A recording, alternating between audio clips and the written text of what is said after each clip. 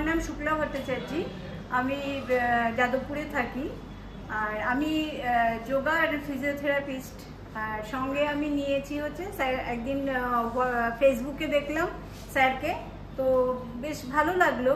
তা নেক্সট দিন আবার দেখলাম, থার্ড দিন আমি ডিসাইড করলাম যে না, এটা করা ভালো, কেন যেহেতু আমি এই লাইনে আছি আর কি, সেই জন্য।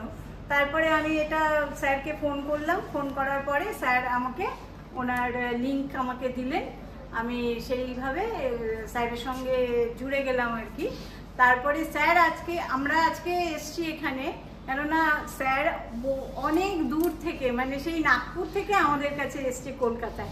আমি তো যখন থেকে শুনেছি যে স্যার কাউকে গিয়ে শেখায় আর কি, মানে আমাদের যারা টিম আছে প্রত্যেক টিমকে গিয়ে শেখান, তো আমার তখন থেকেই যেন মনে করে স্যার কবে আসবেন, স্যার কবে আসবেন। নাহলে হাজারবার স্যারকে বলেছি, স্যার কলকাতা মে কব आओगी आप। তো স্যার তো যখন শুনলাম যে 2 সেপ্টেম্বর স্যার আসবে, তখন তো আমার তো দারুণ আনন্দ লাগলো। আমি এতটা এক্সাইটেড হয়ে গেলাম যে আমি বাড়ির সবাইকেও বললাম যে স্যার আমাদের আসছেন, আমি স্যারের কাছে শিখবো। এবার স্যার তো এলেন, এবার সারাটা দিন চলে গেল। আমি গতকাল খুব অসুস্থ ছিলাম, কিন্তু আমার এখানে আসার পর থেকে, স্যারকে দেখার পর থেকে, স্যারের হাতের কাজ থেকে, স্যার যেভাবে আমাদের পয়েন্ট দেখালো, দারুণ ভালো লাগলো।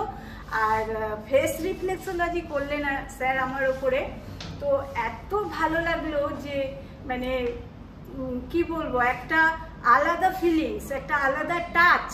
সেই জিনিসগুলো কিন্তু আমরা অনেকেই আছি যে গিয়ে আমরা কোনো পার্লারে গিয়ে করাই, কিন্তু সেসব কিচ্ছু নয়, সেসব পুরো একদম কি বলবো এক সাইডে, আর স্যারের ফেস রিফ্লেক্সোলজি আর এক সাইডে, 100% যে আমি হয়ে গেলাম একদম, যে স্যারের কাছ থেকে এটা করে আমার ভীষণ ভালো লাগলো। তারপরে দেখলাম যে গ্লোটাও অনেক বেড়ে গেল, ভীষণ ভালো লেগেছে।